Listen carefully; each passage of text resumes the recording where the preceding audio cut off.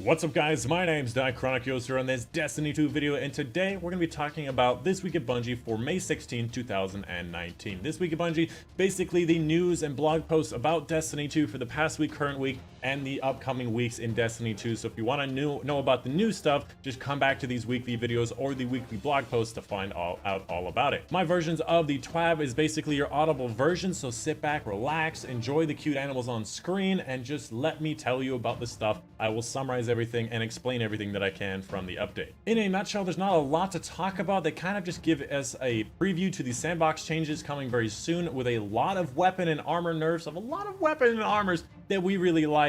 Outside of that, just a couple of miscellaneous stuff and support and update stuff. The first section they want to mention here is that this is the last Iron Banner of the Season of the Drifters. So if you want any of the armor, the weapons, or the emblems, or the triumphs, or anything, you need to finish them this week. You have until May 21st to complete everything that you need. Included on that list is that the Iron Burden, the thing that reduces your level by 100, will be removed next season. So the last opportunity to get those 2,500 kills for the Heaviest Death Emblem, or get that Rebuke for the 500 kills, is going to be on May 21st. If you want that, go for it. If you don't want it, don't play Iron Banner. It sucks. And I'm not just saying that because I've been burdened for hundreds of kills and I'm sick of it, man. Anyways, let's go ahead and move on to the Sandbox Changes. Again, this is going to be the Sandbox Changes coming up for the future DLC on June 4th. That's when the DLC comes out.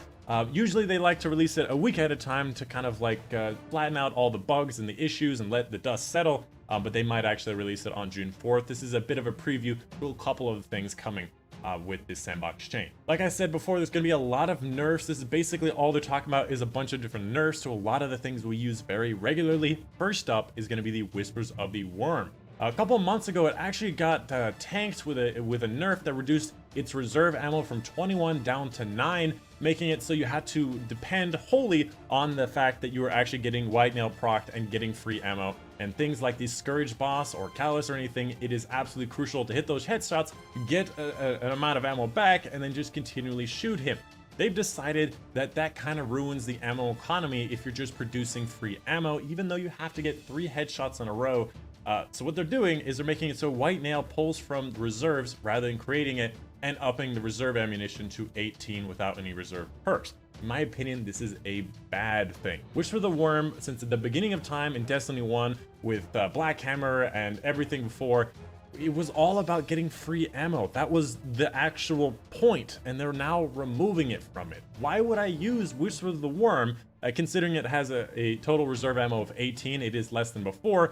I think Sleeper will probably have a higher total damage than it. I think Darcy will probably have a close amount of total damage and have much higher DPS, and tons of other weapons will rise up. And I guess that's their point, but it kind of makes Whisper not worth very much at all, in my opinion. But who knows, I could be overreacting. Next up, let's talk about Sleeper Simulant. They're going to be doing a couple of weird stuff to nerf it and change it around, but overall, it's not that bad. They're reducing the ricochet bounce damage on boss combatants. Some people have found that you can actually just shoot a column or a wall or something, and all of the little lasers that bounce out, like the 5 to 7, I forget how many, will hit the boss for like a third of headshot damage. You can actually do way more damage with bounces, so they're going to be reducing this to reduce people actually doing that, and they're going to be modifying the precision behavior. The total damage is unchanged, but precision shots are significant, or non-precision shots are significantly more forgiving. My understanding of what this means is that they're lowering headshot damage and upping body shot damage. I could be wrong about that first part, but that's what it seems like because they're calling it total damage. And that sounds like headshot plus body shot over 2. Next up, the exotic shotgun known as Lord of Wolves is getting a weird debuff to it. If you did not know, it's like a 4-burst shotgun that shoots out flame rounds similar to the guns that the captains use from the Fallen. And it was an interesting weapon that they released from Forsaken, and with the recent buffs and changes to shotguns a few months ago, it got a lot of popularity and right now has the best special ammo DPS in the game, even more than that of the Ikelos. But obviously it is an exotic, in case you were wondering. So what they're going to be doing is they're going to be modifying it a couple different ways. First of all, PV damage is reduced by 20%. They're also going to be changing the Release the Wolves perk. Basically, what happens is that it's a 4-burst shotgun. You get a kill, and all of a sudden it becomes 8 bursts. You can shoot slightly faster, but in my opinion, it's a terrible perk. I actually hate it because it kind of ruins the weapon's ammo economy. So They're going to be changing it in a little way, so now its effect is triggered by holding down the reload, kind of like Borealis and the fundamentals, in case you wanted to choose whether or not you use it or not. On top of that, the PvE damage and range bonuses of the weapons will be removed and replaced with a universal damage bonus instead, which is a lot of words that basically means that it's just getting overall a 20% nerf, and I think that that's all there is to it.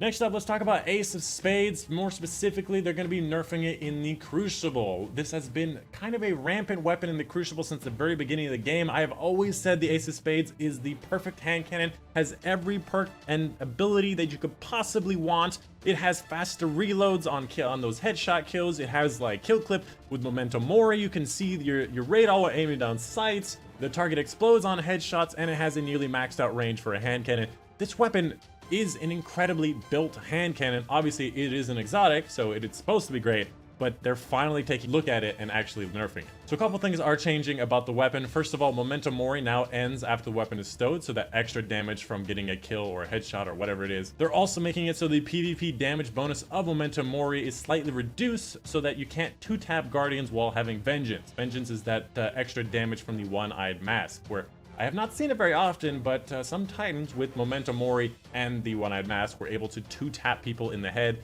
which is a 140 hand cannon. That's reserved for like things like Sturm at a 110 hand cannon with the buff. So it's kind of ridiculous that it could do that in the first place. And they're also going to be slightly buffing it and making it so Memento Mori is up to 6 shots where it used to be 5. Next up, they're going to be nerfing a whole bunch of exotic armors, more specifically armors that will give you a bonus to super energy. Things like Diram Kara, things like Orpheus Rigs, anything that you can basically get your full super off by yourself, they don't like. They want you to depend more on your teammates and use teamwork to give orbs to each other rather than depending on yourselves and just getting all the super that you want. Pretty much has made a lot of these exotics a must pick in a lot of different scenarios. So what they're going to be doing is going to be doing a bunch of different things. First of all, they're going to be giving a lot of different exotics, including Diram Kara, Orpheus Rigs, and Phoenix Protocol diminishing return. So it's going to be rarer and rarer to get your full super back each time you try it. Next up, Shards of Galanor and Ursa Furiosa will have their super gain capped out, so you cannot get the most ridiculous full supers that you had in the past. And lastly, Gwynson Vest will have its energy reduced from 15% to 8% for killing 1 or 2 Guardians, but the same amount will remain the same for killing 3 or more Guardians. In PvE, its energy return remains the same. And that's pretty much it for that section. Again, this is not the full patch notes coming up on June 4th. This is just kind of a preview of the stuff that they want you to get ready and be prepared for. After that, there's a couple of things with the new Trevor shirt. In case you're wondering, you do not have to complete 0 hour to be able to buy this shirt. It says even if you haven't completed it, you should be able to buy the shirt now. On top of that, there's also another new shirt, a couple different pins, as well as a new vinyl ghost in case you're interested. Next up, let's talk about Dr. Bungie. A couple of weird stuff going on, but really not anything that's super impactful. Right now, they don't have a lot of bugs. First of all, they wanted to talk about how last week a couple people were actually given the wrong flashpoint on reset. Some people got Earth, some people got Titan, and it should have actually been Titan. They said that it should have been fixed this week, and everybody should be realigned on the right flashpoint. Next up, they wanted to remind you again, the last opportunity to get your Iron Banner stuff for this season and get your Heaviest Death Emblem is going to be May 21st. If you want to get it, that's your last opportunity. They also want to do some clarification on the invitations of the 9. First of all, tomorrow is the final invitation is available. If you've done every single invitation up to this point, where I'm actually 1 behind, so in my Zerv video, I'll actually be 1 behind. This is going to be the last opportunity to get that final invitation in case you wanted to see all that lore.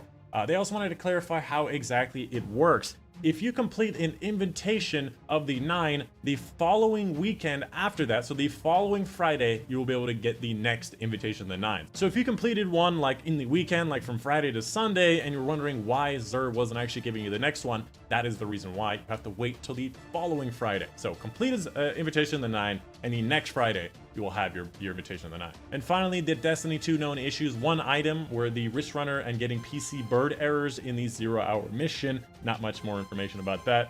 They are actively tracking this issue now. And that is pretty much it. There's the movies of the week in case you're interested. This is a 15-second video just showing off Trevor, the new shock bot that does weird stuff in the 0 hour campaign. Not the campaign, the mission, which is actually a really cool thing, and I can't believe a fan made it.